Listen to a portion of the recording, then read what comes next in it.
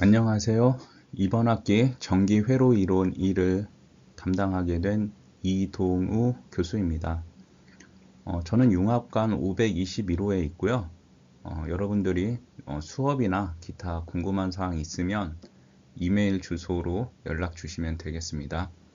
또 방문하길 원하시는 분들은 저랑 미리 시간 약속한 다음에 융합관 521호로 오시면 되겠습니다. 그럼 수업을 시작하도록 하겠습니다.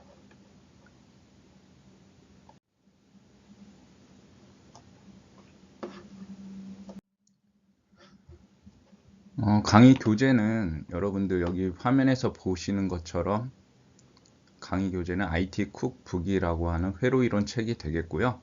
저자는 외국 분들이 썼고 그거를 한국 분들이 이제 번역을 한 책이 되겠습니다. 출판사는 한빛 아카데미에서 발행한 책이 되겠고요. 여러분들이 구매하시거나 이북을 또 구매하실 수도 있을 거고요. 네, 교재를 구매해서 사용하시면 되겠습니다.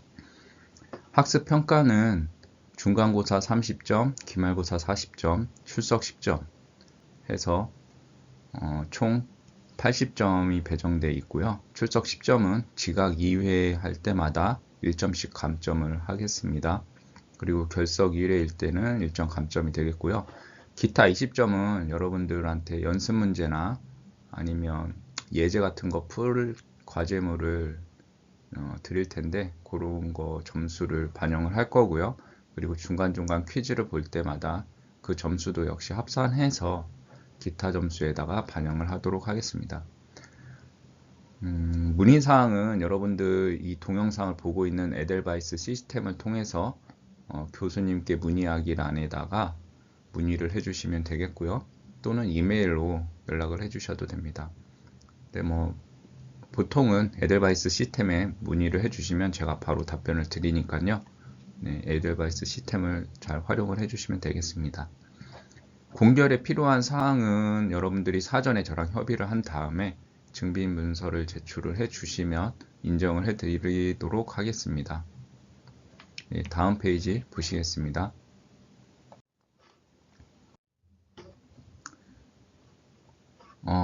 챕터 1은 이제 회로 용어에 대해서 여러분들한테 안내를 해주고 있고요. 회로 용어에 대해서 간략하게 알아보고 나서 본격적인 공부에 들어가도록 하겠습니다. 다음 페이지 보겠습니다. 목차를 나타내주고 있는데요. 1.1절에서는 전기전자공학의 역사에 대해서 알아볼 거고요. 그 다음에 1.2절에서는 단위와 양 그리고 표기법에 대해서 여러분들한테 알려드리도록 하겠습니다. 1.3절에서는 전하와 전류, 전하가 무엇이고 전류가 무엇인지에 대해서 여러분들한테 설명을 드릴 거고요. 1.4절에서는 전압과 전력에 대해서 살펴보겠습니다. 그리고 1.5절에서는 회로 소자, 수동 소자가 있고 능동 소자가 있겠죠. 근데 이제 여러분들은 수동 소자에 대해서만 일단 배울 거고요. 나중에 이제 전자회로나 이런 걸 배울 기회가 있으면 능동 소자에 대해서도 알아볼 수 있을 거예요. 그리고 전류와 전압의 관계식에 대해서 살펴보겠고, 전원이 이제 독립전원과 종속전원이 있는데 그 차이점에 대해서도 살펴보도록 하겠습니다. 네, 다음 페이지로 넘어가도록 하겠습니다. 학습 목표는 이제 회로 설계와 각종 소자 그리고 회로 및 시스템, 직류와 교류가 어떤지, 그리고 능동 소자와 수동 소자의 차이점을 여러분들이 학습을 통해서 이해할 수 있을 것이고요. 그리고 전기공학과 컴퓨터공학의 역사에 대해서도 살펴보도록 할게요. 그리고 회로를 해석하는 수식에서 물리량의 자릿수들을 표현하는 기본적인 내용들을 여러분들이 이해를 할 수 있을 것이고요. 전하량과 전류의 관계, 그리고 전압과 에너지의 관계, 전력과 전류 및 전압의 관계, 그리고 물리량에 따른 음의 부호 사용법을 이해할 수가 있을 것입니다. 그리고 종속전원과 독립전원의 특성을 비교할 수 있을 것이고요. 전압원, 전류원, 저항, 캐패시터, 인덕터에 대한 기본적인 개념과 관계식을 정의를 할 수가 있습니다. SPST 스위치랑 SPDT 스위치의 동작 원리에 대해서도 배우게 될 텐데요. 배우고 나서 이제 동작 원리를 이해할 수 있겠죠. 네, 학습 목표에 대해서 설명을 드렸고 다음 페이지로 넘어가도록 하겠습니다. 전자제품의 전자회로 내부 블록 다이어그램을 나타내주고 있고요. 가장 대표적인 전자제품이죠. 휴대전화의 구성에 대해서 설명을 해주고 있어요. 휴대전화의 내부에는 이제 증폭기 회로, 발진기 회로, 주파수 변조장치 등의 이런 회로들이 구성이 되어 있는데, 이런 각각의 회로들이 다수 회로가 연결되어서 하나의 집적된 전자 시스템을 이루고 있습니다.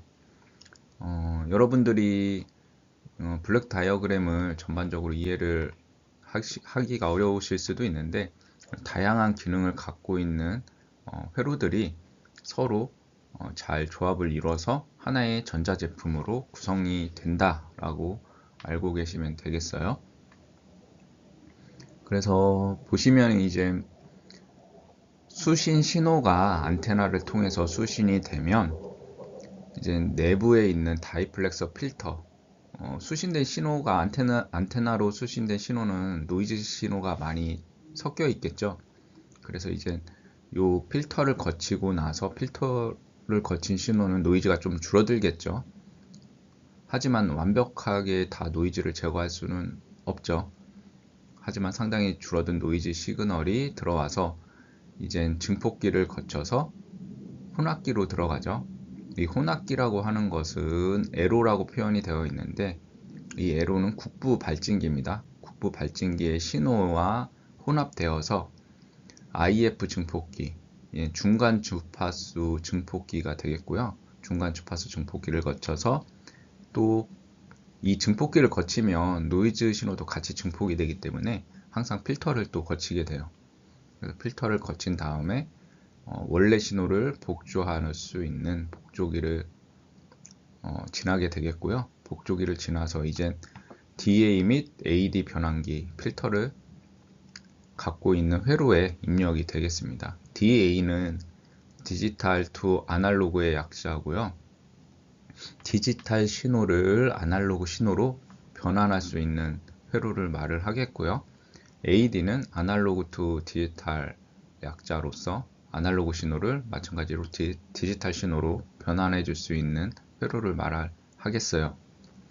그래서 이 블록을 거치게 되어서 영상이나 정보들을 출력을 할 수도 있고, 외부로 출력을 할 수도 있고, 외부에 그런 음성이나 영상, 정보 등을 입력받을 수도 있겠죠. 그래서 입력받은 신호가 다시 이제 변조기를 통해서 증폭기를 거쳐서 또 혼합기, 증폭기, 필터를 거쳐서 이렇게 다이플렉서 필터로 다시 들어가는 걸 볼 수가 있고요. 여기로부터 이제 다시 안테나를 통해서 신호를 보낼 수도 있다라는 게 되겠어요. 그래서 이 변조기나 아니면 복조기나 요 에로라고 써 있는 국부 발진기나 앞에서도 있었죠. 뒤에도 또 있고요.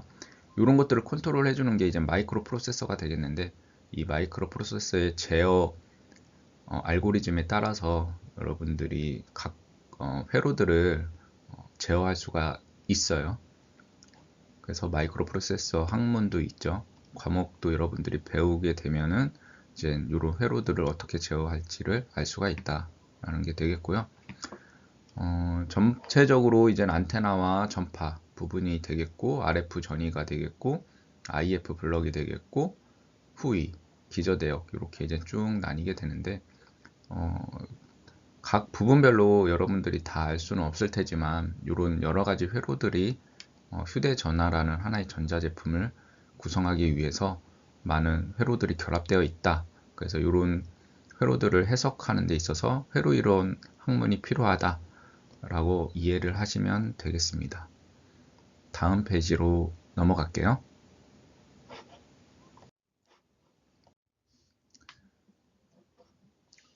용어 설명에 대해서 이제 나타내 주고 있고요. 이제 전체 시스템이 있고 회로가 있고 소자가 있죠. 근데 이제 소자가 가장 하위 단위가 되겠고요. 그 소자들이 모여서 하나의 회로를 만들 수 있겠죠. 앞서서 살펴봤듯이 이제 각 기능별로 회로들이 있을 텐데 그런 회로들이 또 모여서 하나의 전체 시스템을 이룬다라고 보시면 되겠어요. 그래서 이런 전체 시스템을 이해를 하려면 회로를 이해를 해야 되고 이 회로를 이해를 하려면 각 소자의 기능을 여러분들이 파악할 수 있어야 되겠죠. 또 이제 소자라고 하면 수동소자와 능동소자가 있는데 수동소자는 영어로 패시브 디바이스라고 하고요. 능동소자는 액티브 디바이스라고 부릅니다. 그래서 수동소자는 외부 전원 없이 구동 가능하다는 걸 알 수가 있고요. 능동소자는 외부 전원이 없으면 구동할 수가 없는 소자를 말을 합니다. 예를 들어서 트랜지스터나 집적회로, 그 밖에 BJT나 IGBT나 이런 별도의 전원이 있어야만 기능을 발휘할 수 있는 소자를 능동소자라고 부르게 되겠습니다. 그리고 전기회로와 전자회로가 있는데 전기회로는 전압 및 전류 전원, 수동소자와 특정 스위치로 구성이 되어 있고요. 전자회로 같은 경우는 트랜지스터 같은 이제 능동소자가 포함된 회로를 전자회로라고 말을 해요. 그래서 보통은 전기회로를 배우고 나서 전자회로를 배우게 되겠습니다.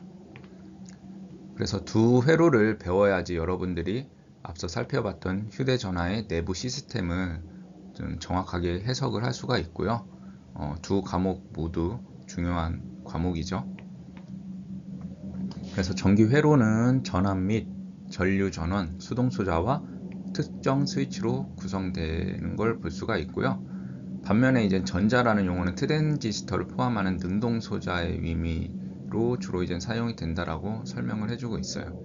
그래서 물론 이제 전자회로는 능동소자를 포함하니까 회로 해석하는데 조금 더 어려워질 수가 있겠죠. 하지만 기본적인 이제 회로 이론 지식을 바탕으로 하면 이 전자회로도 충분히 해석 가능하다라고 알고 계시면 되겠어요. 다음 페이지로 넘어갈게요.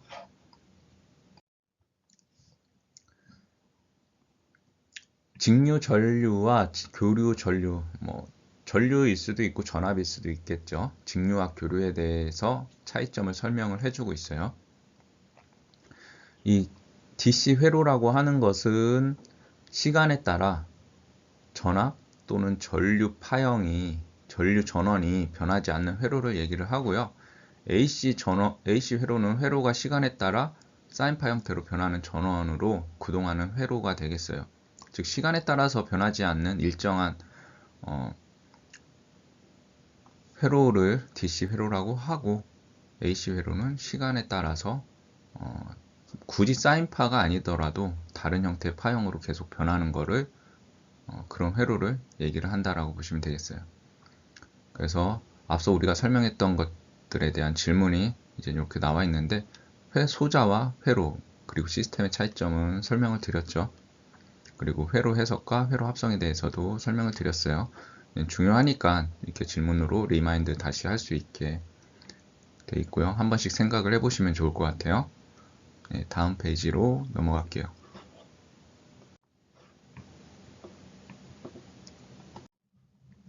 그 다음에 이제 전기전자공학의 역사에 대해서 나와 있고요. 역사에 대해서 간단히 살펴보도록 하겠습니다. 전기 및 컴퓨터 분야의 주요 발견, 발명, 그리고 발전이 나와 있고요. 이 1800년대 이후에 전자공학이 어떻게 이제 발전이 되었는지 나타내주고 있죠. 그리고 최초로 이제 전화가 발명된 거는 알렉산더 그레이엄 벨이라고 하시는 분이 1876년에 발명을 했고, 그리고 토마스 에디슨 백열전구를 완성을 했었죠. 그리고 하이린치 헤르츠, 우리가 주파수 단위를 헤르츠라고 부르죠. 그래서 전파를 발견하신 분의 이름을 따서 단위로 사용을 하고 있고요. 굴리엘모 마르코니라는 분이 라디오 무선 통신을 시연을 했고, 그 외에 이제 트랜지스터 발명이라든지 집적 회로 개발, 이런 것들이 1800년대 이후에 전자공학의 발전상이다라고 보시면 되겠어요. 주요 연역을 정리를 했는데, 이제 기원전 1100년경부터 해서 주판이 사용되었다라고 이렇게 그림으로 나타내주고 있고요. 기원전 900년경 이제 자철광을 발견했다라는 전설이 있다 표현이 되어 있고요. 그리고 기원전 600년경에 이제 탈레스가 호박을 고양이 모피에 문지른 뒤에 새 깃털을 들어 올려서 정전기를 설명을 했다라고 나타냈죠. 그리고 윌리엄 길버트가 전기라는 용어를 처음으로 만들었다라고 설명을 해주고 있고요. 존 네이피어가 로그, 여러분 단위 알죠? 로그 단위 알죠? 로그 수체계를 개발을 한 걸 볼 수가 있어요. 다음 페이지로 넘어갈게요. 주요 영역을 계속해서 이제 정리를 해주고 있는데, 블레이즈 파스칼이라고 해서 여러 개의 눈금판을 이용해서 최초의 수동식 수동 계산기를 만들었다 라고 나타내주고 있고요. 그리고 찰스 프랑스와 뒤패는 전하가 두 가지 형태이며 같은 전하끼리는 밀어내고 다른 전하끼리는 끌어당기는 것을 발견했다. 그리고 1745년에 피터르 판 미스헨브루크가 최초로 전기 캐패시터인 라이덴병을 발명을 한 걸 알 수 있고요. 그 다음에 최초의 전기 배터리를 1800년도에 알렉산드로 볼타, 이 볼타라고 하죠. 볼타가 전기 배터리를 개발을 했다.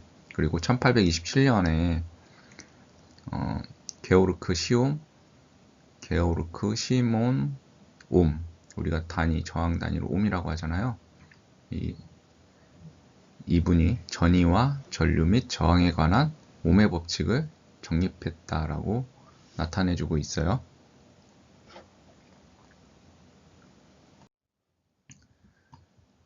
그 다음에 조지프 헨리가 인덕턴스 개념을 도입을 해서 최초의 전기 모터를 만들었다라고 나타내주고 있고요. 그래서 우리가 자속 단위가 헨리인 걸 알 수가 있죠.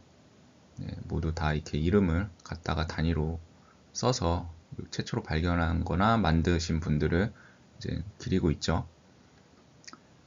새뮤얼 모스의 전신 기술 개발을 지원을 했다. 그리고 새뮤얼 모스는 문자와 숫자를 표현하기 위해서 단음과 장음의 신호 코드를 사용하는 전자기 전신과 관련된 특허를 받았다. 1837년부터 특허를 받았다 라고 나와 있고요. 그리고 아까 설명드렸던 이제 알렉산더 그레이엄 벨이 전화기를 발명을 했죠. 그리고 회전식 다이얼을 사용할 수 있었고, 그리고 전화 시스템이 이제 설치가 되었다. 그리고 여러분들이 이제 모두 아실 텐데 토머스 에디슨이 백열 전구를 개발을 했고, 그리고 전력 분배 시스템으로 뉴욕 시민들한테 직류 전원을 제공을 했다. 59명이죠. 59명에게 직류 전원을 제공을 했다. 넘어갈게요.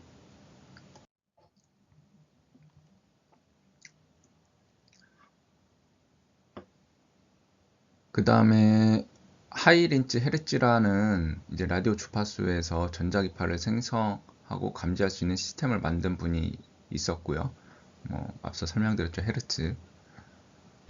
이렇게 이제 사진을 보면 알 수가 있을 텐데, 그리고 니콜라 테슬라가 AC 모터를 발명을 했다. 그래서 이 테슬라 분이 최초로 교류 전동기가 되겠어요. AC 모터, 교류 전동기를 발명을 했다. 그리고 1893년에 발데마르 포울센이라고 하는 분이 강철선을 이용을 해서 기록장치의 일종인 자기 음향 녹음기, 이 녹음기를 발명을 했어요. 네, 다음 페이지로 넘어갈게요. 그 다음에 1895년에 빌헬름 쾰트엔이라는 분이 X선을 발견을 했다라는 거고요. 그래서 이제 첫 번째 이 X선으로 찍은 영상이 아내의 손뼈를 찍었다라고 이렇게 나와 있죠. 1895년에 아주 오래전에 이미 X선이 발견이 된 거예요. 그래서 이제 1901년에 노벨 물리학상을 수상을 했다. 그리고 1896년에 굴리엘모 마르코니가 라디오를 이용한 무선통신 특허를 최초로 출원을 한 걸 알 수가 있고요. 그리고 라디오 무선통신을 시연을 했다. 그래서 그걸로 노벨 물리학상을 수상을 했다라는 내용이 되겠어요. 그 다음에 이제 칼 브라운이라는 분이 1897년에 음극선관, CRT라고 부르죠. 음극선관을 발명을 했고, 역시 마르코니와 함께 노벨상을 수상을 했죠. 그리고 1897년 동일한 때에 조셉 존 톰슨이란 분이 전자를 발견했다.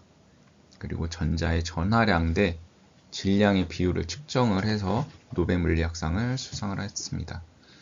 1902년에 이제 레지널드 페센던이 전화통신을 위한 진폭 변조 기술을 개발을 했고, 그리고 AM 라디오 방송을 시작했다 라고 나와 있네요. 그리고 1904년에 존 플레밍이 다이오드 진공관에 대한 특허를 취득했다. 1907년에 리 디포리스트가 무선 전신을 위한 3극 진공관 증폭기를 개발했다. 또한 장거리 전화 서비스, 라디오와 텔레비전 송수신을 위한 기술적 토대를 정립을 했다라고 설명해주고 있어요.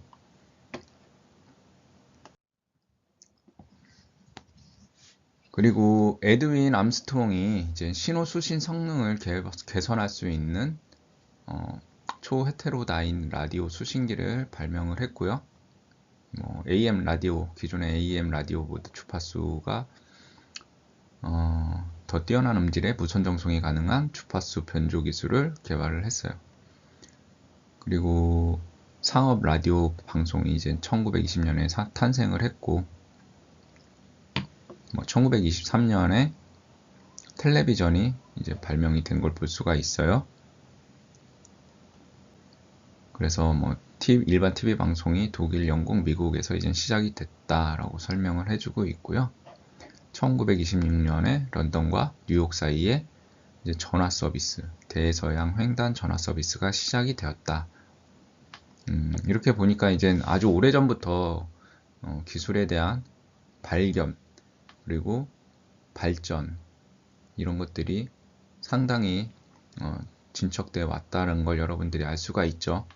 그래서 기술이 어느 순간 한 번에 이렇게 개선돼서 나오는 게 아니라, 발견돼서 나오는 게 아니라, 많은 과학자분들이 노력이 있었고 연구와 그 결실을 얻었기 때문에 현재까지 쭉 발전이 지속돼서 왔다라고 이해할 수 있겠죠. 그리고 이제 베너바 부시라는 분이 아날로그 컴퓨터인 미분 분석기를 개발하여 미분 방정식을 풀었다라고 나와 있고요. 로버트 왓슨 와트라는 분이 레이더를 발명했다. 그리고 존 머클리와 프레스퍼 에거트 최초의 전자컴퓨터인 애니악을 개발했죠. 이 애니악이 상당히 큰 발견이죠. 개발이죠. 이걸 통해서 이제 많은 현대 컴퓨터가 나왔고 많은 기술 발전이 이루어졌죠. 그 다음에 이제 1947년에 윌리엄 쇼클리와 윌터 브레튼, 존 바딘, 이 세 분이 벨 연구소에서 접합 트랜지스터, BJT라고 많이들 얘기하죠. 바이폴라 정션 트랜지스터, 그의 약자가 되겠고요. 이걸 최초로 발명을 했다. 그걸로 노벨 물리학상까지 수상을 한 걸 볼 수 있고요. 그리고 1948년에 클로드 세넌이 정보이론의 기초, 암호화 및 기타 관련 분야를 다룬 통신의 수학적 이론이라는 걸 발행을 했다. 그리고 요시로 나카마가 데이터 저장하기 위한 자석 매체 응용 방식의 플로피 디스크로 특허를 취득했다. 이제는 안 쓰고 있죠. 이제는 플로피 디스크를 거의 안 쓰고 있는데, 1950년에 얘가 처음으로 이제 특허를 취득해서 나온 걸 볼 수 있고요. 1954년에 텍사스 인스트루먼트가 최초의 AM 트랜지스터 라디오를 개발했다라고 설명을 해주고 있어요. TI 회사, 여러분 유명하죠? 텍사스 인스트루먼트. 그리고 1955년에 호출기가 병원과 공장의 무선통신용 제품으로 등장을 했다라고 나와 있어요. 다음 페이지 볼게요. 그리고 1955년에 이제 광섬유가 구현이 된 걸 볼 수가 있고, 1956년에 최초의 프로그래밍 언어 포트란이 개발되었어요. 그래서 이런 식으로 C 언어의 원조격이다라고 보시면 되겠고요. 그리고 1958년에 이제 레이저에 대한 개념적인 구조 체계를 개발한 걸 보여주고 있고요. 레이저 모델을 만들었다. 그리고 1958년에 벨 연구소가 모뎀을 개발한 걸 볼 수가 있고요. 이 모뎀을 통해서 우리가 이제 컴퓨터와 컴퓨터를 연결을 할 수가 있겠죠. 그리고 1958년에 잭 킬비가 게르마늄의 최초의 집적 회로 IC죠. 구축을 했고, 그리고 로버트 노이스는 최초의 실리콘 기반 IC를 만들었다. 이렇게 사진으로 보여주고 있어요. 아이언 도널드가 초음파 진단 시스템을 또 개발을 했었고요. 그리고 최초의 수동형 통신 위성인 에코가 발사되고 무선 통신을 지구로 보내는데 성공을 했어요. 그리고 1960년도에 최초의 미니 컴퓨터인 PDP-1이 구현이 되었고, 이게 이제 계속 개발돼서 8까지 이어졌다. 그리고 1962년에 스티브 호프스타인 그리고 프레드릭 헤이먼이 컴퓨터 마이크로 프로세서의 기초 부품인 모스펫을 발명을 했어요. 그리고 IBM에서 대기업용 표준 컴퓨터가 이제 개발이 되었고, 그리고 컴퓨터 언어인 베이직도 이제 개발이 된 걸 볼 수가 있고요. 60년대 쭉 나온 거죠. 60년도에. 그리고 1968년에 워드 프로세서 시스템, 마우스 포인팅 및 윈도우와 유사한 운영 체계가 이제 소개가 되었고, 1969년에 이제 인터넷으로 발전할 수가 있는 계기가 만들어졌고, 1970년도에는 이제 CD롬이 특허를 취득을 했다. 그리고 1971년에 텍사스 인스트루먼트가 휴대용 계산기를 개발을 했고요. 그리고 1971년에 초당 6만 번의 연산 동작이 가능한 마이크로 프로세서를 개발했다. 그리고 72년도에는 진단 시스템으로 전산화된 축성 단축 촬영 스캐너가 개발되어서 많은 의료 분야에 사용이 되었죠. 그리고 76년에 IBM이 레이저 프린터를 개발했고, 1976년에 이제 애플이, 여러분들 많이 지금 쓰고 있죠. 애플을 출시를 했고, 이제 애플 1, 2, 그리고 매킨토시 출시로 이어졌습니다. 그리고 79년에는 일본이 휴대전화 네트워크를 최초로 구축을 했고요. 다른 나라들도, 미국도 이제 휴대전화 네트워크를 시작을 하고, 휴대전화가 널리 보급되는 계기가 이제 만들어졌죠. 그리고 1980년도에 마이크로소프트가 컴퓨터 운영 시스템인 MS-DOS를 출시를 했어요. 그리고 이 MS-DOS는 나중에 이제 윈도우로 발전하게 되었죠. IBM이 개인용 컴퓨터, 퍼스널 컴퓨터, 약자로 이제 PC라고 표현을 했는데, 이걸 출시를 1981년도에 했고요.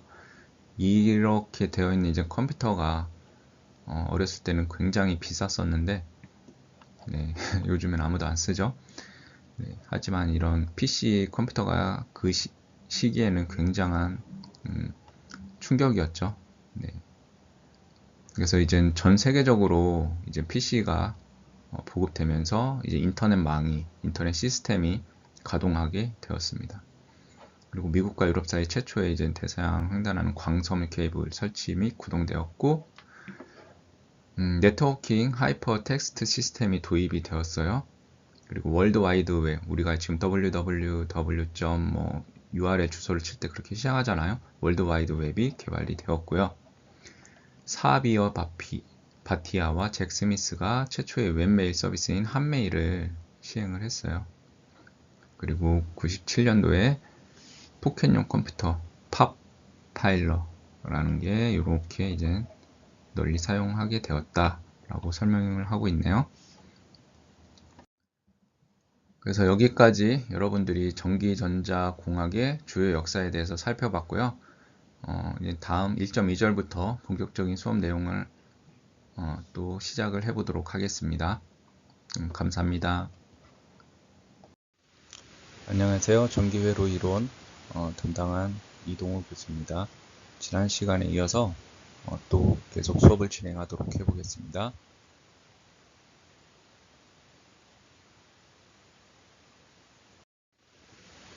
1.2절에서는 이제 전기회로 이론 관련한 단위, 양, 표기법에 대해서 설명을 드리도록 하겠습니다. 이제 국제 단위계라고 해서 SI 단위계, International System of Unit이라고 하는 국제 단위계가 있고요. 이 국제 단위계의 기본적인 양, Fundamental Dimensions라고 하는데, 이 기본적인 양에 대해서 설명을 해주고 있고요. 6가지 기본 단위, 즉 길이, 질량, 시간, 전류, 온도, 물질량, 이것을 6가지 기본 단위라고 여러분들이 알고 계시면 되겠어요. 그리고 2차적인 양, 예를 들어서 속도, 힘, 에너지 같은 것들은 6가지의 기본 단위의 조합으로 표현을 할 수가 있고요. 여러분들이 교재 부록을 참고하셔도 되겠어요. 그래서 기본적인 SI 단위라고 하면 양에서 길이, 질량, 시간, 전류, 온도, 물질량이라고 말씀을 드렸고, 길이의 단위는 미터, 그래서 기호로는 이렇게 스몰 영문자 m을 쓰게 되겠고요. 질량이라고 하는 것은 그램이죠. 킬로미터가 아니라 오타한 것 같고요. 질량은 킬로그램, 그래서 킬로그램 이렇게 기호로 표현한 걸 볼 수가 있어요. 시간은 초, 그래서 스몰, 작은 영문자 s를 쓰고 있고요. 소문자 s를 쓰고 있고요. 전류는 암페어, 그래서 A로 이렇게 나타내주고 있어요. 온도는 켈빈이라고 단위를 우리가 정했고, 이렇게 대문자 K로 나타내주고 있어요. 물질량은 몰, 그래서 몰이라고 기호로 나타내주고 있습니다.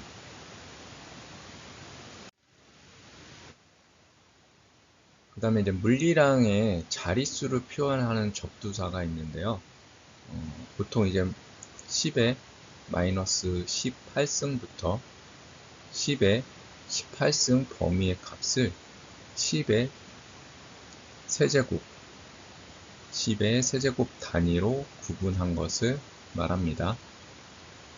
그래서 표 1-2에 나타나는 것처럼 물리량의 자릿수를 표현하는 접두사라고 표로 나타내주고 있고요. 이 접두사 보시면 이제 x는 기호로 이렇게 2로 표현을 해주고 있고요. 10의 18승을 나타내는 크기라고 보시면 되겠어요. 그래서 x는 기호 2로 표현을 하고 영어 대문자 2죠.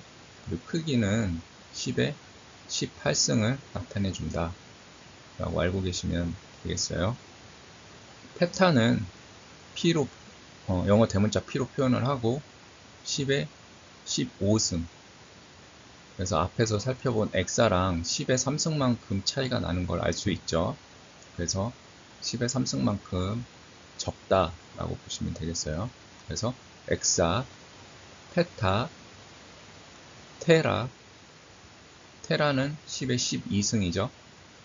기가 10의 9승, 메가 10의 6승, 킬로 10의 3승. 여기까지는 양의 크기를 나타내 주고 있고요. 그 다음부터는 이제 음의 크기를 나타내 주고 있죠. 0보다 큰 단위를 이렇게 써주고 0보다 작은 단위를 이렇게 써주고 있어요.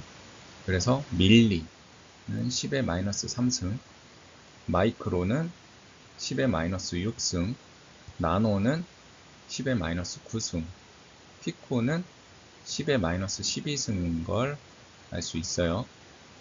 그리고 fem토는 10의 마이너스 15승, 아토는 10의 마이너스 18승.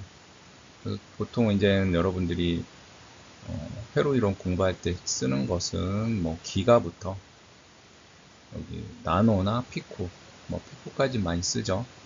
캐패시터 같은 용량 나타낼 때 이제 피코페럿 이렇게 쓰거든요. 그래서 나노나 피코 요 단위까지 쓰고 보통 기가, 테라는 잘 사용 빈도가 낮긴 한데 네, 알아두면 좋긴 하죠. 그래서 요 접두사들을 여러분들이 크기랑 연관지어서 잘 알아두시면 좋을 것 같아요.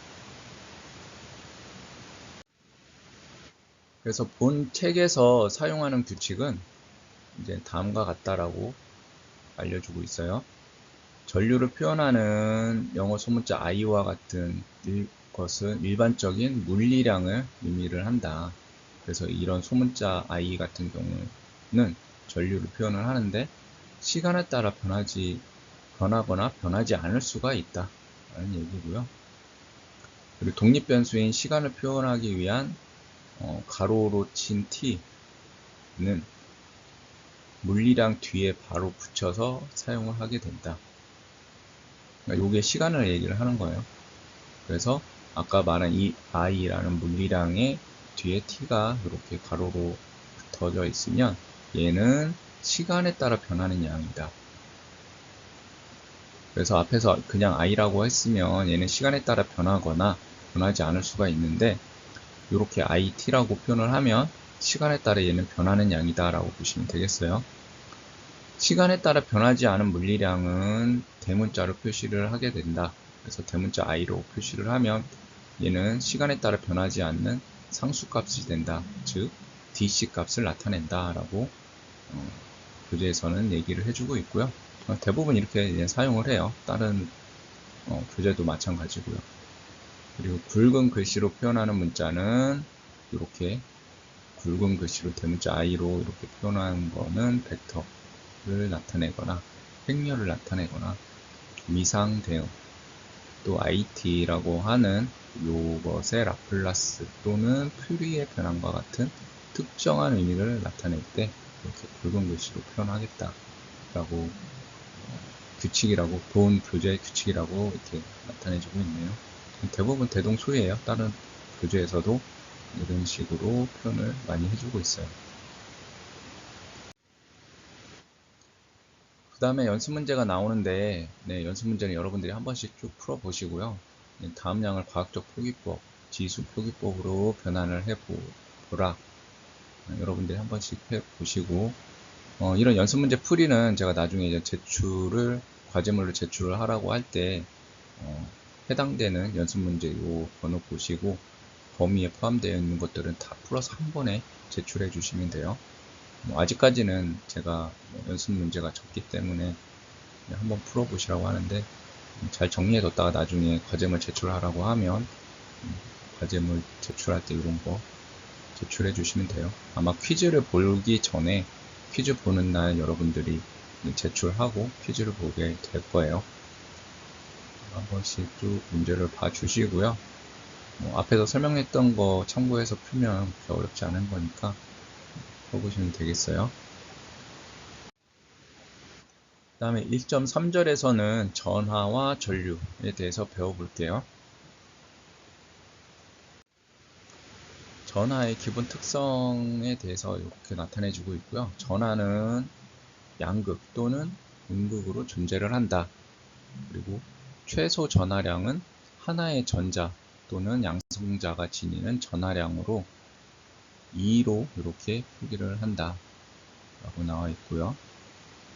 전하량 보존의 법칙, 기본 특성이죠. 전하량은 뭐 갑자기 없어지거나 그럴 수는 없고 항상 보존된다라는 얘기고요. 같은 극성은 청력. 청력이 뭐죠? 밀어내는 거죠. 같은 극성은 서로 밀어내는 힘이 발생이 되고, 다른 극성은 서로 끌어들이는 인력, 서로 잡아당긴다는 거죠. 다른 극성끼리는 서로 잡아당기는 힘이 작용을 한다. 게 전하의 기본 특성이다 라고 보시면 되겠고요. 전하의 단위는 쿨롱이다. 그래서 쿨롱이라고 이렇게 나타내주고 있는데, 앞서서 이제 전하량 2로 표기를 한다고 했잖아요. 그래서 2는 1.6 곱하기 10의 마이너스 19승 쿨롱이다 라고 중요한 수식이에요. 아마 전자기학에서 가장 기본적으로 나오는 식이 되겠는데, 요거는 꼭 외워두시면 좋을 것 같아요. 그래서 전하는 Q로 표기를 하고, 단일 양성자일 경우에 Q, B는 2에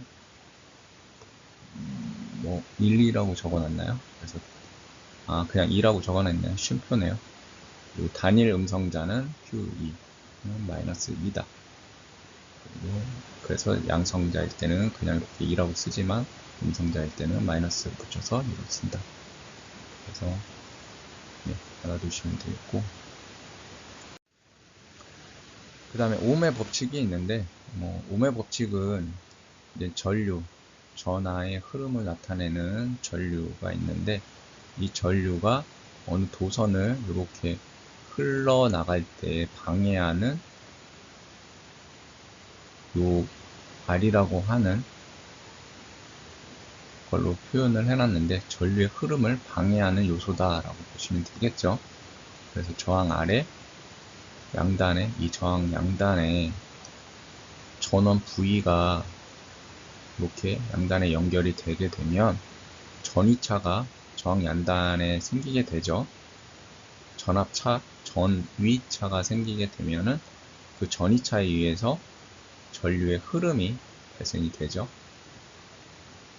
그래서 그 전류와 저항과 저항 양단에 걸리는 전압, 요 인가되는 전압, 요 관계식을 우리가 이렇게 1.2의 식처럼 나타낼 수가 있고, 전류와 저항은 반비례 관계다 라고 보시면 되겠고, 전압과 전류는 비례하는 관계다. 그래서 이게 보통 이제 옴의 법칙으로 우리가 알고 있죠. 옴의 법칙을 이렇게 쓰면 되겠어요. 그래서 이 한 부분을 확대해서 이렇게 표현을 해놨는데, 전자가 이렇게 움직이게 되면은 그 전자의 흐름과 반대되는 방향으로 이렇게 전류가 흐른다라고 볼 수 있겠죠.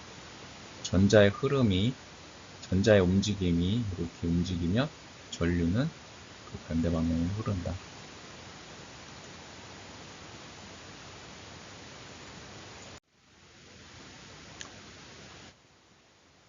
그 다음에 이제 전류의 흐름에서 이제 전자의 자유이동, 프리플로우, 이 자유이동이 아닌 표동에 의해서 일어난다. 전자의 드리프트, 표동에 의해서 전류의 흐름이 발생이 된다.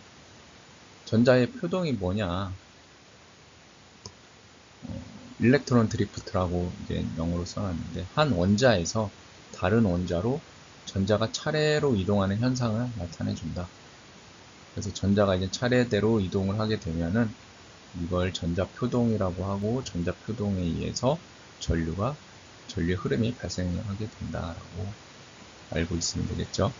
그래서 전도전류라고 하는 거는 컨덕션 컬런트인데, 전자표동 과정에서 회로에 생성되는 전류, 이거를 전도전류다라고 표현을 합니다.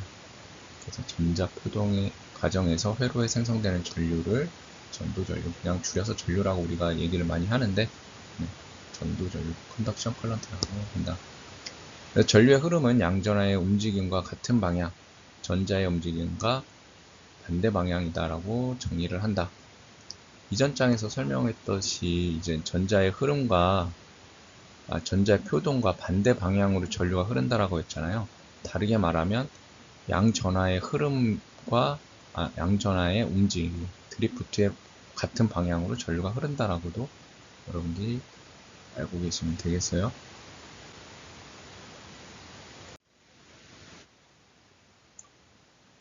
그리고 전선 내의 전자의 표동 속도는 초당 10의 마이너스 4승 미터죠. 초당 10의 마이너스 4승 미터의 표동 속도를 갖고 있다.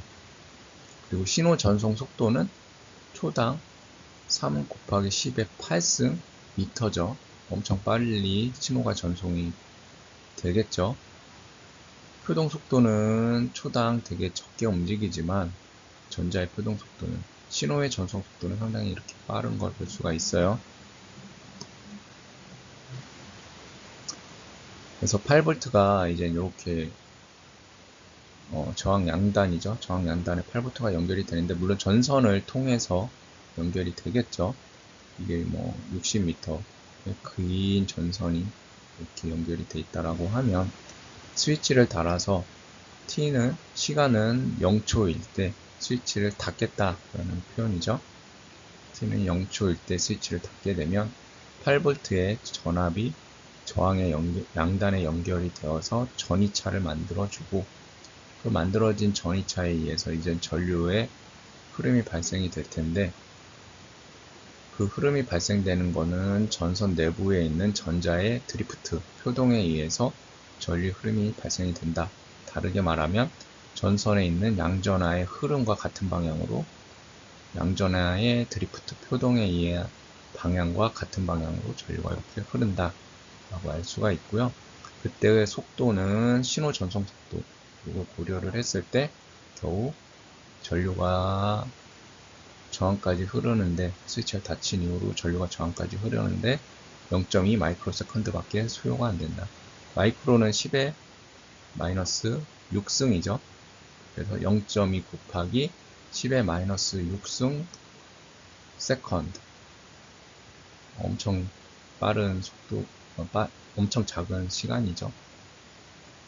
그래서 전도성을 갖는 전선을 이용하여 전자적으로 전달할 수 있는 정보의 속도는 실제 전선 내부에서 움직이는 전자이동 속도보다 12승 정도 더 빠르다. 설명을 해줬어요. 네, 잘 이해할 수 있겠죠? 네. 네, 다음 페이지로 넘어가겠습니다.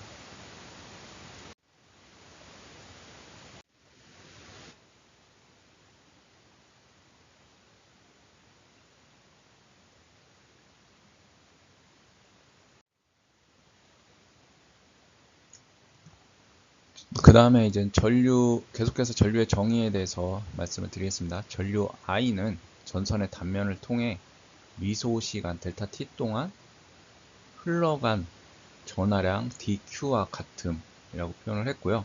그걸 수식으로 나타내면 수식 1.3과 같습니다. 전류라고 하는 것은 단위 시간당 전선의 단면, 요 표현이 되어 있죠. 이렇게 요 단면을 통해서 아주 작은 시간 dt, 작은 시간에 요 단면을 통해 흘러나간 전하량 dq와 같음이라고 표현을 했어요. 그래서 전류 I의 정의는 이렇게 나타낼 수가 있다.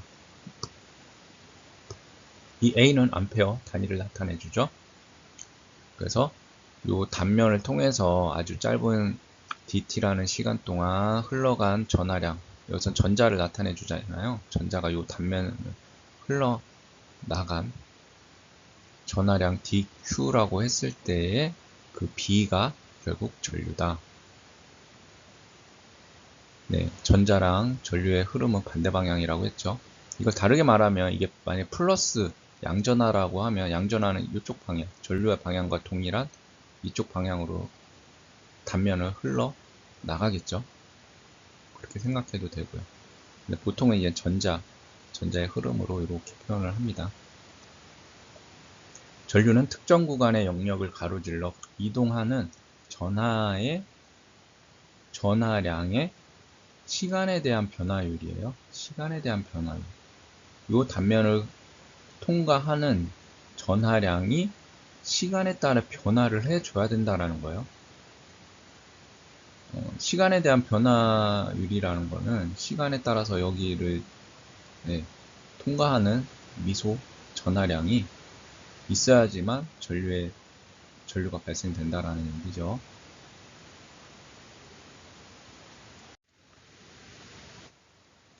그래서 단위는 암페어가 되겠고요. 전류의 단위는 암페어. 그리고 전류 I의 방향은 전하의 순 흐름과 전류 I의 방향은 전하의 순 흐름 방향으로 정의를 한다. 이 순 흐름이라고 하는 것은 여기서 말한 전하는 양전하와 음전하의 차를 전하라고 얘기를 하고 있고요. 순 흐름의 방향이라고 하는 것은 양전하와 음전하의 차.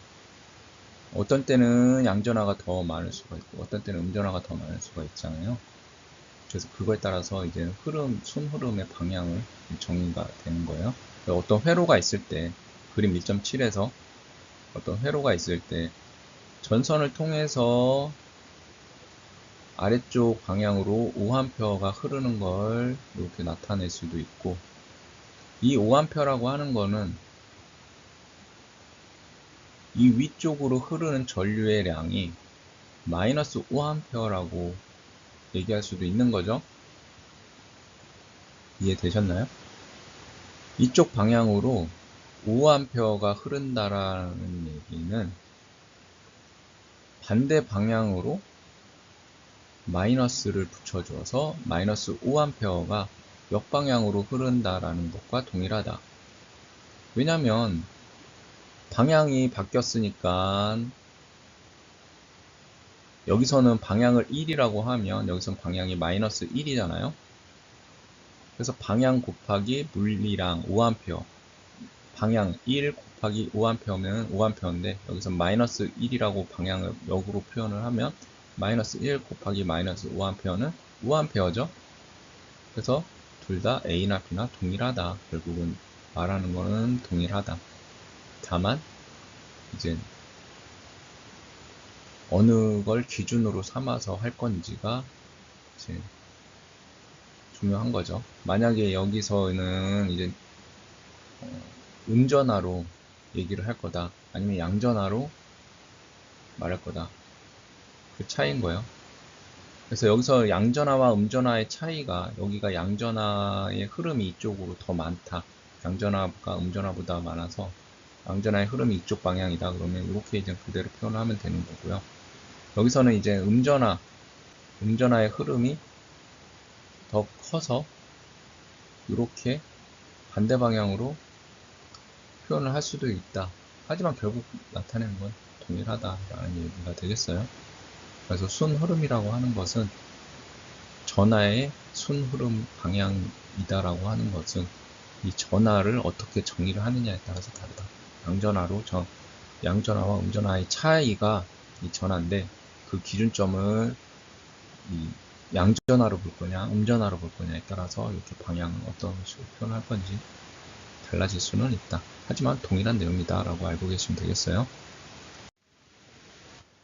그 다음에 이제 직류 전류와 교류 전류가 나타났는데 뭐 간단하죠. 시간에 따라서 변하지 않는 전류를 직류 전류, 뭔가 감소되거나 증가되거나 그런 거, 아니면 또 일정하게 계속 반복되면서 변화하거나 변화되면서 감소되거나 증가되거나 이런 것들, 시간에 따라서 변화하는 것들을 교류라고 한다. 시간에 관계없이 일정한 거를 직류라고 한다. 네, 어렵지 않죠? 네, 넘어갈게요. 그래서 예제가 나왔는데 예제는 여러분들이 한 번씩 풀어보시면 되겠고요. 전선의 기준 단면에 따라서 전류 IT에 살펴보자 했고, 이제 뭐 이렇게 문제가 나와 있죠. 여러분들이 예제는 한 번씩 풀어보시고, 0을 기준으로 해서 0이었던 전류가 쭉 유관표까지 튀었다가 서서히 이제 감소되는 이런 그래프 파형을 A에서는 볼 수가 있을 거고요. B에서는 0을 기준으로 천천히 증가되는 그래프를 볼 수가 있죠. 그래서 얘는 전하량을 나타내주고 있는데 30쿨롱까지 서서히 증가가 되고 있는 걸 볼 수가 있어요. 그래서 얘는 축척 전하, A는 IT, 전류 IT. 그래서 이 관계식을 1.4식을 그래프로 이렇게 표현한 걸 볼 수가 있고요. 그랬을 때 이제 델타 Q를 각각 구하라 라고 나와 있는데 아마 다음 페이지에서 풀이가 나와 있을 거예요. 다음 페이지로 넘어가 볼게요. 그래서 아까 우리가 앞서서 살펴봤던 식 1.3에서 I는 dt분의 dq였죠. 그걸 이제 풀어 쓴 거예요. 그래서 dq는 I dt다. I 곱하기 dt다. 양변을 마이너스 무한대부터 t까지 적분을 하면, 이렇게 적분을 하면, 양변을 적분한 거죠. 그럼 이런 수식을 얻어낼 수가 있고, 결국 이렇게 표현식을 우리가 얻어낼 수가 있다. 그리고 이제 주어진 전류 IT에 대해서 T가 0보다 작을 동안은 이제 전류량이 0이다. 따라서 전하량 QT는 이렇게 표현을 할 수가 있을 거고, 플러스면, 적분해서 플러스면 이렇게 나오겠죠.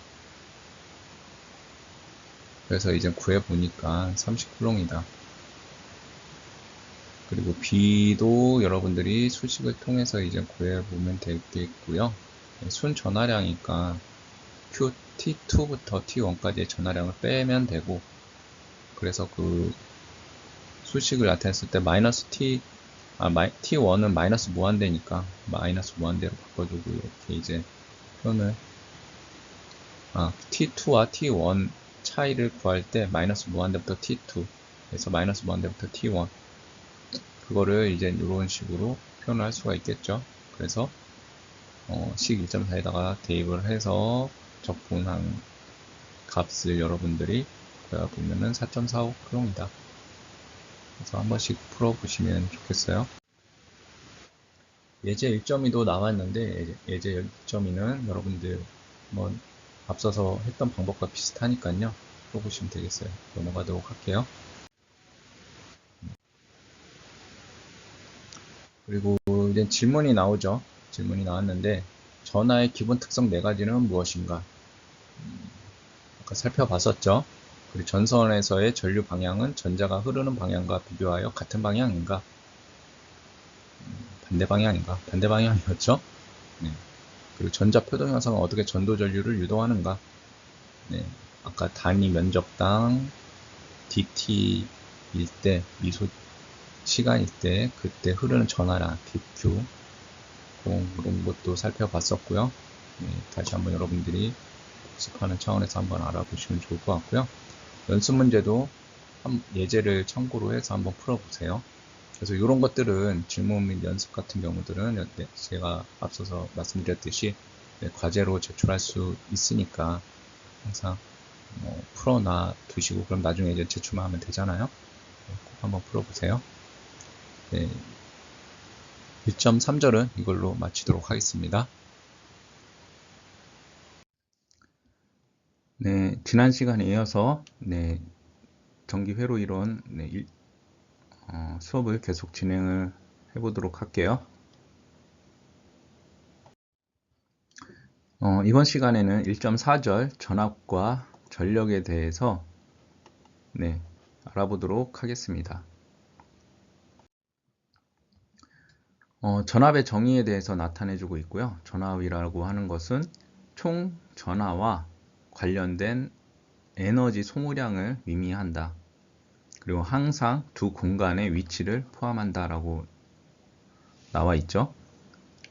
그래서 항상 두 공간의 위치를 포함을 하고 있고 에너지 소모량을 나타내준다. 그래서 A 지점과 B 지점 사이에 이 전압 차이라는 사실을 표현하기 위해서 VAB라고 이렇게 나타내주고 있고요. 어떤 특정 물질의 A점과 B 지점의 전압이 같지 않다, 전압 차이가 발생이 됐다라고 하면 VAB만큼의 전압이 발생이 되었다라고 볼 수 있겠죠. 그 얘기를 다르게 얘기를 하면 전압 VAB는 전하 하나가 A 지점에서 B 지점으로 이동하는데 필요한 에너지라고 표현을 할 수가 있는 거예요. 그래서 이 전하가 전자죠. 전하죠. 전하가 쭉 이쪽부터 이렇게 해서 여기까지 돌아서 드리프트 표동해서 이렇게 나올 수 있을 때까지의 에너지량을 VAB라고 표현을 할 수가 있고, 그건 에너지다. 그랬을 때 이제 이 VAB를 우리가 전압이라고 얘기를 하는 게 되겠어요. 그래서 이 VAB라고 하는 것은 DQ분의 DW, 그래서 에너지예요. 이게 보통 에너지를 W라고 나타내주고 있죠. 위치 A와 B 사이의 전압은 DQ 미소 전하에 대한 필요한 에너지량이죠. 아까 봤듯이 전자가 A 지점에서 B 지점까지 이렇게 나올 수 있을 때 필요한 에너지, 그 에너지량을 dW라고 표현을 하게 되면 dQ분의 dW 비율을 VAB라고 나타낼 수가 있다. 그래서 이 단위는 줄이에요. J로 표시를 했는데 그때 이제 필요한 에너지량이 되겠으니까 필요한 에너지를 이제 줄이라는 단위로 우리가 표현을 하게 되고요. 네. 그래서 A에서 B 지점으로 음전하가 이동하기 위해 필요한 에너지다라고 보시면 되겠어요. 정확하게는 이동이 아니라 이제 드리프트, 표동을 하면서 이제 가게 될 수 있는 에너지량이 되겠죠. 그 다음에 이제 전압은 우리가 전이차라고도 불린다. 네. 전이차, 포텐셜 디퍼런스라고 보통 얘기를 많이 하고요. 그리고 VAB가 양의 값이면 A 지점의 전위가 B 지점의 전위보다 높다라고 하는 것을 의미한다. 그래서 회로가 있으면 이 A 지점에서 B 지점이 있는데 이걸 플러스 12V라고 얘기를 한다라는 것은 A 지점의 전위가 B 지점의 전위보다 12V만큼 더 높다, 그 얘기가 되겠고요. 반대로 마이너스 12V라고 하는 것은 A 지점의 전위가 B 지점의 전위보다 마이너스 12V만큼 낮다 라는 얘기죠. 낮다라는 얘기는 B 지점이 전위가 더 높다. 그래서 요 A와 B의 의미를 여러분들이 알 수 있을 거예요. 접지, 그라운드에 대해서 설명을 해주고 있어요. 접지란 무엇이냐? 전위에 대한 기준점이다. 접지의 종류는 셰시 접지, 대지 접지가 있는데, 네. 어떤 기준이 되는, 전압의 기준이 되는 점을 접지라고 여러분들이 생각하면 되겠어요.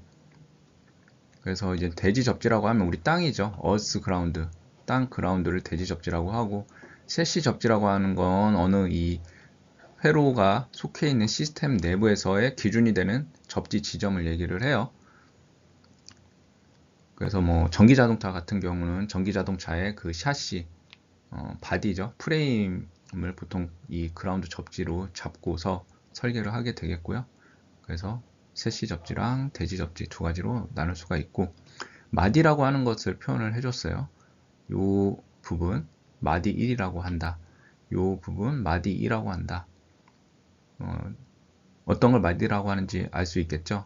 어떤 소자와 소자에 연결되는 지점을 마디라고 부른다. 그쵸?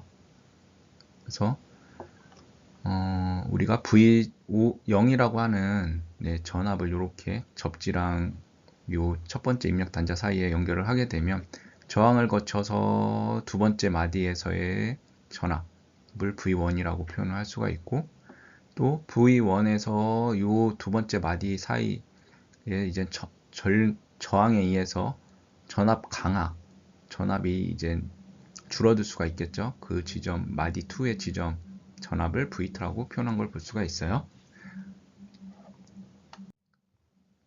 그 다음에 개방 회로와 단락 회로가 있는데, 개방 회로는 두 지점 사이의 경로가 단절된 상태를 말한다. 이렇게 개방 회로 1과 2 사이가 오픈되어 있는 거죠. 개방되어 있는 회로를 이렇게 말을 하고요.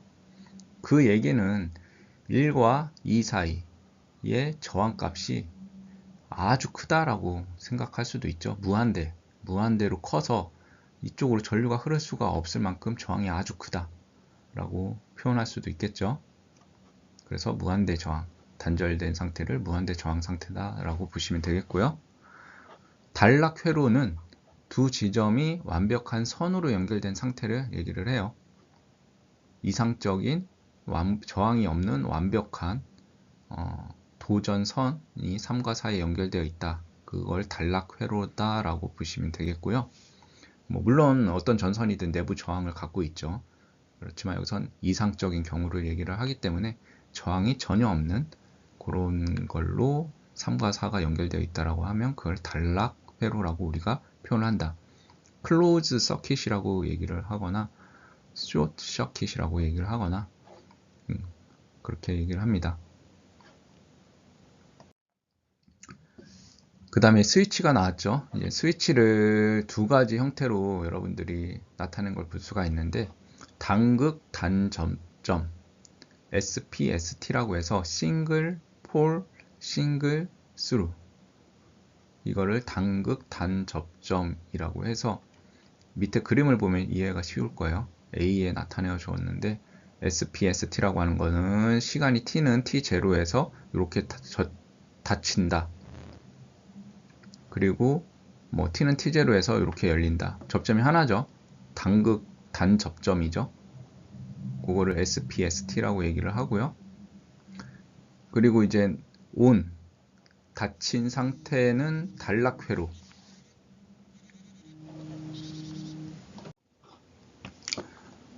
네, 그래서 SPDT라고 하는 것은 단극상 접점 스위치라고 불리게 되겠고요. 보시는 바와 같이 접점이 하나가 아니라 두 개 또는 그 이상도 될 수가 있겠죠. 그래서 여기서는 두 개를 나타내 주고 있고요. SPDT, 싱글 폴 더블 스로, 두 개니까 더블로 표현을 한 거고요. 이게 세 개가 될 수도 있고 네 개가 될 수도 있어요. 그런 스위치도 실제로 있고요. 네, 예로서 이제 두 접점인 스위치를 나타내 주고 있고요. 두 지점에 이제 공통된 단자를 연결하는 게 목적이다. 그래서 1지점과 2지점 왔다 갔다 하는 걸 볼 수가 있겠죠. 그래서 스위치는 이제 이렇게 두 개의 회로가, 여기에 어떤 회로가 있을 테고 이쪽 오른쪽에도 뭔가 회로가 있을 거잖아요. 그래서 SPST 같은 경우는 두 회로가 이제 연결되는 그런 스위치가 될 테고, 여기서는 어떤 회로 1이 있고 어떤 회로 2가 있고 어떤 회로 3이 있다라고 하면 여러분들이 스위치 조작을 통해서 1과 2를 연결을 1 시스템과 2 시스템을 연결을 하거나 아니면 1과 3 시스템을 연결을 하거나 그런 목적으로 이제 사용을 할 수가 있겠죠. 네, 넘어가겠습니다. 그 다음에 이제 전력이 나오는데, 이 전력이라는 정의에 대해서 여러분들이 이제 그림으로써 이해를 하기 쉽도록 볼 수가 있어요. 나타내주고 있어요. 그래서 전류가 이제 흐르게 되면 어떻게 되느냐. 배터리는 지금 V배시라고 해서 이렇게 표현을 해놨고요. 배터리는 전력을 공급을 하게 되겠고, 전구에 이제 불이, 물론 열도 나죠. 불이 들어와야 되는데, 개방 상태에서는 이제 에너지가 전달이 안 되니까 뭐 불이 들어오지 않겠죠. 물론 열도 나지 않겠고요.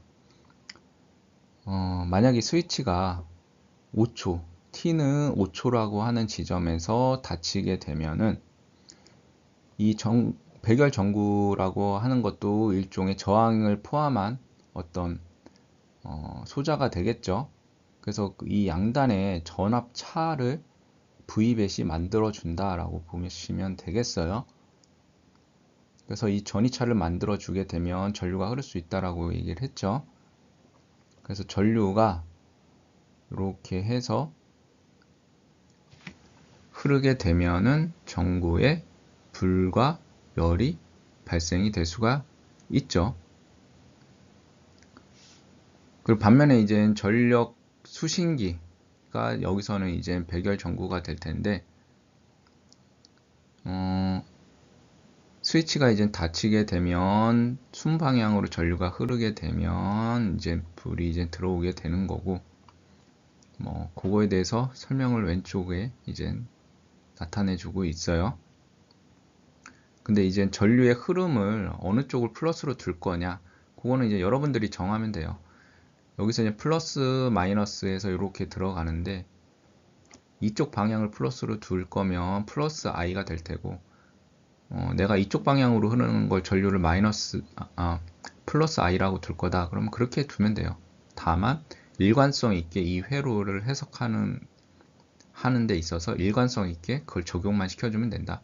플러스나 마이너스 방향은 여러분들이 임의로 정해줄 수도 있는데, 여기서는 이런 전력 소비에 대해서 이제 규약으로, 수동부호 규약에 따라서 이제 전류가 흐르는 방향과 전압의 극성의 특성을 이제 일치시켜서 그거를 준수하겠다라고 해서, 보통 이제 V벳을 플러스 마이너스로 두게 되면 여기 양단에 이렇게 플러스 마이너스 V 벌브라고 하는 게 걸리게 되면 이렇게 오른쪽으로 흘러 들어가는 전류를 플러스로 두자, 이렇게 규약으로 정했다라는 얘기예요. 그래서 이 전력은 에너지의 시간에 따른 변화율로 정의가 되는데, 그 P라고 표현을 많이 하고요. 파워의 약자로 이제 쓰게 되는데, P는 dt분의 dw, 단위 미소 시간에 대한 에너지의 변화율을 우리가 파워, 전력이다라고 정의를 하게 되고요. 와트로 표현을 합니다. 유닛 단위는 와트가 되겠고요. 그래서 밑에 나왔네요. 와트라고 단위는 쓰게 된다. 그럼 이 P는 dt분의 dw라고 하는 요 파워는 결국 우리가 이렇게 나눠 쓸 수가 있잖아요. dq분의 dw 곱하기 dt분의 dq, 우리가 이렇게 분배 법칙을 써서 이렇게 풀어쓰게 되면은, 아까 우리가 dq분의 dw가 뭐라고 했죠? 전압. dt분의 dq는 I. 그래서 파워는 전압과 전류의 곱이다, 이렇게 다시 쓸 수가 있다. 그래서 식 1.9를 얻어낼 수가 있습니다. 그래서 수동 부호 규약이라고 하는데, 전류가 어떤 소자에 흘러 들어가면은 전압은 흘러 들어가는 이쪽을 플러스라고 두고 반대쪽을 마이너스로 두겠다, 이렇게 약속을 하자라는 얘기가 되겠고요. P가 파워가 0보다 크면 소자에 에너지를 전달하는 전력을 나타내주고 있고요. P가 0보다 작게 되면 소자를 통해 공급된 전력을 나타내주고 있다. 그래서 방향성이 있다. 파워도 플러스랑 마이너스의 방향성이 있는데, 그게 의미하는 것은 소자에 전력을 공급해 주느냐, 소자가 전력을 공급받냐, 아니면 공급해 주냐, 그 차이다 라고 보시면 되겠어요.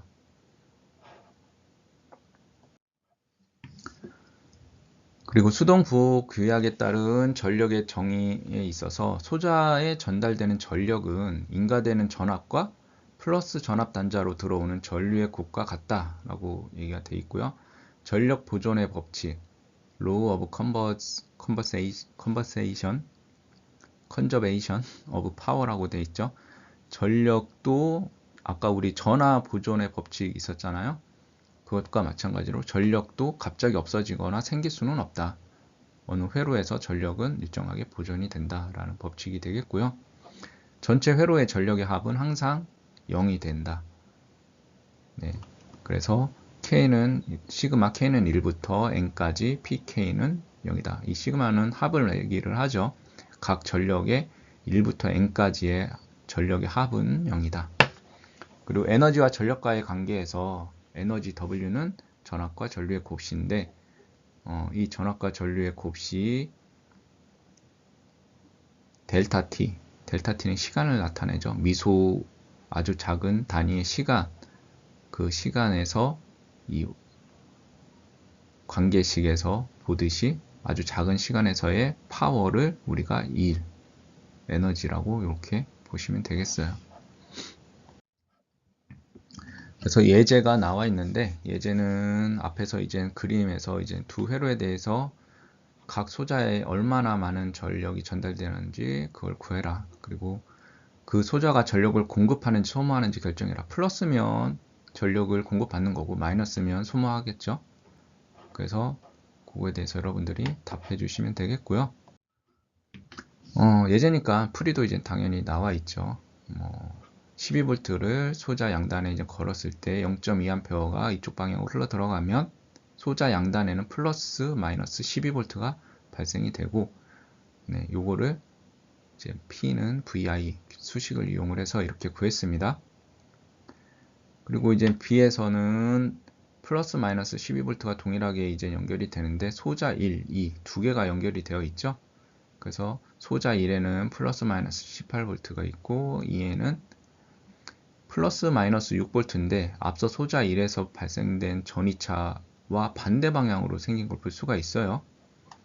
그렇죠? 그래서 여기 소자 1의 입력단 플러스 18V와 소자 2의 입력단 마이너스 6V의 합은 12V죠. 그래서 입력되는 이 12V와 각 소자에서 발생되는 전이차는 같다 라는 걸 알 수가 있고요. 근데 이 소자 1과 소자 2가 뭐냐에 따라서 이 전압 방향성은 결정이 된다라고 했었잖아요. 그렇기 때문에 여러분들이 이 방향은 언제든지 바뀔 수 있다. 이 소자가 뭐냐에 따라서 전이차 발생되는 이 전압 방향은 바뀔 수 있다라는 걸 항상 유념해야 됩니다. 네, 넘어가겠습니다. 그래서 예제 B에서는 이제 소자 1에 플러스 단자로 들어가는 전류 3A이기 때문에 파워 1은 이제 이렇게 VI 곱셈 2에서 54W라는 게 결정이 될 수 있고, 소자 1은 전력을 소모한다. 소자 2에서는 아까 방향이 반대였잖아요. 그래서 P2는 V2 곱하기 I2인데 이 전이차가 앞서서 소자 1에서와 플러스 방향과는 다르게 마이너스 방향이었었죠. 그래서 마이너스 6V 곱하기 3 하면 마이너스 18W가 되는 걸 볼 수가 있고, 그래서 소자 2는 전력을 소모하는 게 아니라 오히려 공급한다라고 우리가 이해하면 되겠죠. 앞에서 소자 1은 전력을 이제 우리가 소모하는 플러스 방향으로 이제 수동 소자 공급 규약에 의해서 표현을 했고, 전력을 소모하는 소자였는데 2에서는 반대 방향이 돼버리니까 얘는 전력을 소모하는 게 아니라 역으로 전력을 공급해주는 소자가 되겠구나. 마이너스는 이제 그런 의미가 되는 거예요. 그래서 여러분들이 그 의미에 대해서 플러스와 마이너스 의미에 대해서 알고 계시면 됩니다. 그래서 마이너스 18W고 배터리 전력은 12 곱하기 마이너스 3 암페어. 전체 회로에서 마이너스 3암페어가 이제 흘렀었잖아요. 거기에다가 이제 배터리 전압이 12V였으니까 마이너스 36W로 계산되는 걸 볼 수가 있어서 이 P1과 P2 그리고 P3, P100 요 관계는 전력 보존의 법칙에 의해서 정확히 합이 0으로 맞아 떨어져야 되겠죠.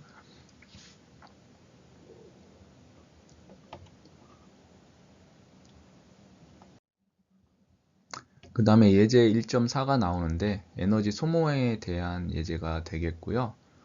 100V의 DC 전원에 연결된 어느 저항이 스위치가 오프 상태가 될 때까지 전력 20W를 소모하는 거예요. 전압은 0까지 지수함수적으로 감소한다. 지수함수라는 게 뭔지 아시죠? 어떤 그래프에서 지수함수적으로 감소한다라는 건 이렇게 감소를 하는 거고요. 증가한다라는 건 이렇게 증가하는 거죠.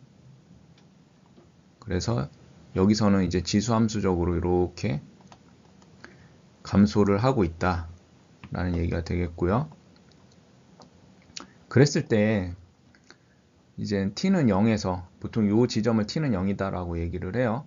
t는 0에서 스위치가 오프 상태가 될 때의 시간인데 그 이후 전압 변화가 다음과 같이 이 수식과 같이 주어졌을 때 스위치가 오프된 뒤에 저항에 의해 소모되는 전체 에너지 양을 결정을 해라. 그러니까 요 0 이후에 스위치가 오프될 때 요 수식처럼 지수함수적으로 감소가 될 건데 요 때 저항에서 소모되는 전체 에너지의 양을 결정을 해달라라는 게 예제 1.4의 문제가 되겠어요. 그러면 수식을 통해서 여러분들이 계산을 할 수가 있겠죠.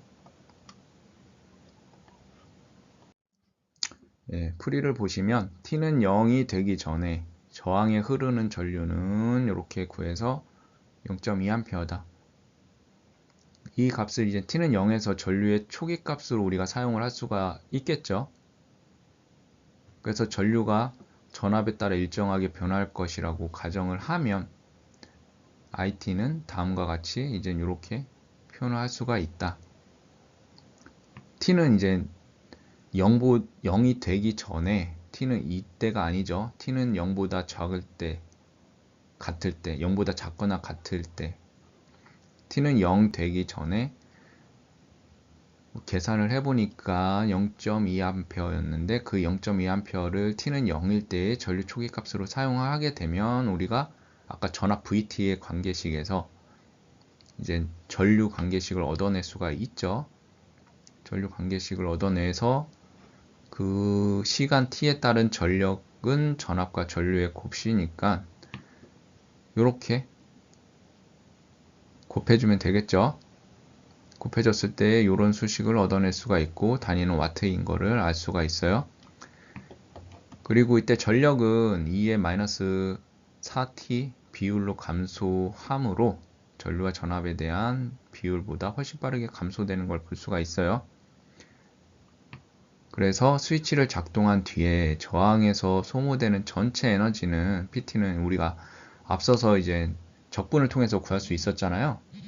그래서 PT는 t는 0에서 무한대까지 적분해서 다음과 같이 이제 구할 수가 있다 라는 얘기가 되겠고요. 0부터 무한대까지 PT, DT는 이렇게 해서 5줄, 단위가 줄이라고 했죠. 에너지는 줄입니다.